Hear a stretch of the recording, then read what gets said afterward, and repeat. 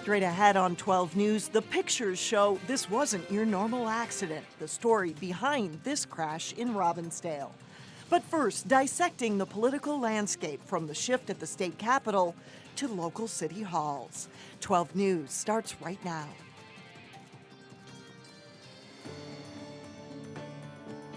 Hello, and thanks for joining us. We begin with the major political shakeup at Crystal City Hall. All three incumbents running for Crystal City Council lost Tuesday by wide margins. And as Delane Cleveland reports, the new council members say they have big plans for Crystal's future.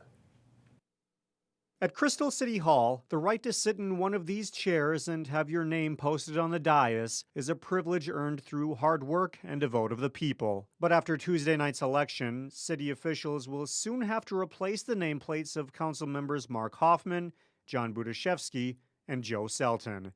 Now, say hello to Elizabeth Dahl from Ward 1. I've lived in Crystal for about 4 years now with my husband and 3 children. Jeff Kolb from Ward 2. I'm looking forward to it. It's going to be a lot of work. And Olga Parsons from Section 2. Residents will feel the difference in how we work and how we relate to the city. Crystal's 3 newest council members were in virtual agreement about how they were able to win their respective elections. Residents absolutely felt disconnected from City Hall and powerless. And that is something that I will be working to repair, that relationship between City Hall and the residents. It wasn't one issue that was driving thing. I think it was just a general feeling that people wanted the city to go in a little bit different direction. For new council member Jeff Kolb, that direction includes making a change in how the council conducts its meetings. I'd like to see the structure of our meetings change so that we listen to people and then we vote at the next meeting, so we've got time to actually incorporate their feedback. For Olga Parsons, who visited our set Tuesday night, it goes back to being engaged with the constituents. Being available, being visible, being there for people to see you involved. Door knocking is not just for campaign season anymore, and I've said that. Each of the new members will have the next 4 years to make their mark on Crystal from within the walls of City Hall. That's what I signed up for, so I'm ready to go. In Crystal, Delane Cleveland, 12 News. The new council members will be sworn in during the first city council meeting in January. DFL Governor Mark Dayton won the election, but he'll have his work cut out for him when the new legislative session starts in January. Republicans gained control of the House on Tuesday, while the state Senate remains under DFL leadership. As Sonia Goins reports, Governor Dayton says he's willing to bend a little to get work done. I think the message got through that Minnesota is getting better and that we still have a lot to work on, but we are making good progress. But that will be easier said than done with the Republicans now set to control the House. And I'm certainly willing to do my part, but it takes 2 to tango, and, can't dance alone. Dayton says it will be challenging, but he's willing to be accommodating to avoid a shutdown like the one we had in 2011. So they're going to have to decide, are they going to just do what they did in 2011 and just jam everything up and refuse to compromise and take us to a stalemate and a shutdown? Governor Dayton says his top priorities include boosting the economy and transportation system. Eyes are watching. He also wants to improve education and close the achievement gap. Early childhood education, I think we definitely need to expand that. That's going to be key. We need to make sure all the kindergartens working, the Read by the End of 3rd Grade initiative. His opponent, Jeff Johnson, says closing the achievement gap would have been his top priority. I mean, we have the worst achievement gap in the country in Minnesota, that disparity in graduation rates between white students and students of color, and we're not making any progress on that. At the Capitol, Sonia Goins, 12 News. Dayton also says he'll have to wait until the budget forecast comes out at the end of the month before talking about budget priorities. When the legislature convenes in January, one-party rule at the state capitol will come to an end. Before Tuesday night, DFLers held a 73-61 edge. After the election, there's an 11-seat reversal, with Republicans set to assume power in the state House with a 72-62 advantage. So what does the change in power mean for the DFL agenda at the state capitol, and will it mean possible gridlock? Joining us now is DFL Representative Mike Freiberg of Golden Valley, who easily won his re-election bid on Tuesday. First of all, Representative Freiberg, congratulations to you. Thank you very much. Did you see this shift of power coming at the legislature, and why do you think the DFL wasn't able to pull it out in the House? Throughout the campaign, I tended to hear comments about how it was a quieter election. People weren't quite as engaged. I think the fact that only 50% of Minnesotans voted during this election reflects that. I certainly don't see it as any rebuke of our policies. I mean, I think the fact that Governor Dayton won by a substantial margin shows that statewide there is a broad level of support for the things we adopted, like early childhood education, all-day kindergarten, tuition freeze, and those are certainly the things I was talking about in my campaign. How do you think it happened then? Was it local issues out in the outstate, or what changed things?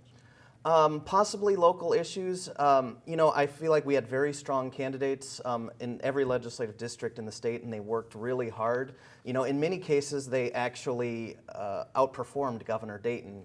It wasn't quite by enough to win some of those key races that ended up being determinative in who controls the chamber.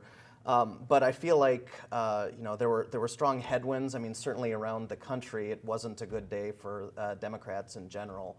And I feel like some of them might have been the victim of that.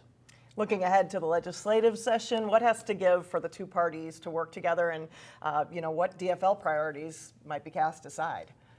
Well, I'm certainly not willing to cast aside anything at this point. I'm still hopeful that we'll be able to work on the issues that I talked about during my campaign, like continuing to focus on early childhood education, addressing the cost of college and transportation.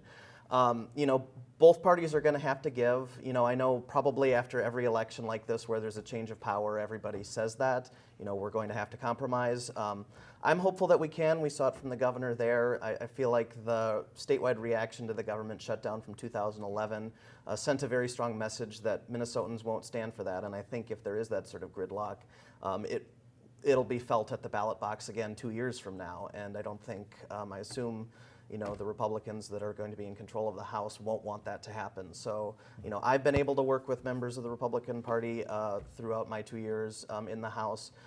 So I'm hopeful that they'll be able to continue to work with me and other legislators. And what is the best way, personally, that you feel to reach a compromise? Do you think compromise is the way to go forward, I would assume?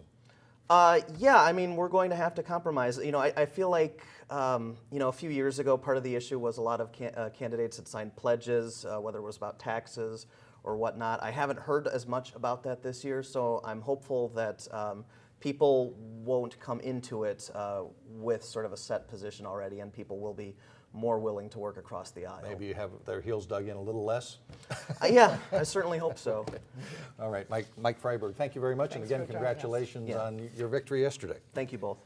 Well, Robbinsdale school officials are thanking voters for their support of two levies that were approved on Tuesday. A proposal to continue an operating levy that raises $20 million a year passed easily. A new levy for technology was a little bit closer, but still passed with 59% of the vote. The school officials have been working on the proposals for the past year. They knew there were questions about raising money for more technology. We've been surveying the community and working with staff and families. So we felt that there was good support for the renewal, but we knew that we had some education to do with voters about adding a technology levy. The district spent some time answering questions about how students would use that technology. Right now, the plan calls for providing training for staff and eventually distributing small laptop computers in high schools. The political landscape no doubt changed with Tuesday's election. The day after, another landscape changes too. Today started the lengthy effort for candidates to pick up all those campaign signs. Brooklyn Park Mayor-elect Jeff Lundy was among those clearing away the post-election clutter. In Brooklyn Park, all signs need to be removed by November 14th. Coming up, the Park Center grad who surprised the nation wins again. Then later in sports, for a second straight year, the Maple Grove football team is getting set for state tournament play. We'll have a playoff preview. But first, getting increasingly chilly, highs Thursday only in the 40s.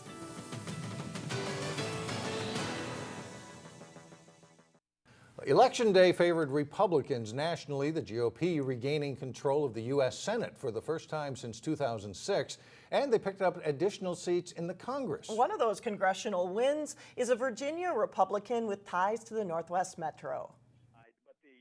The burden on the Republicans now is it's game time. There's no more goofing around, and the American people expect us to move the ball down the field fast.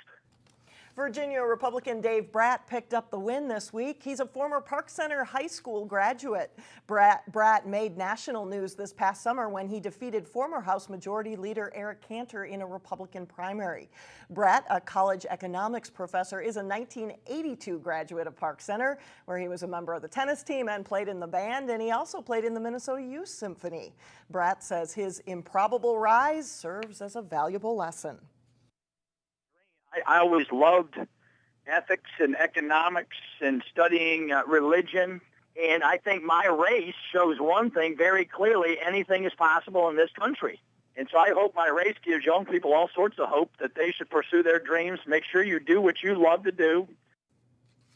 Dave Bratt's father still lives in the metro. In other news, a Robbinsdale man will spend life in prison without parole for the murder last year of an innocent bystander standing outside a Minneapolis restaurant. A jury convicted Marlon Robertson this week. Prosecutors say he is a member of a gang. Robertson was also accused of shooting at two other men standing in front of Chicago Grill on West Broadway.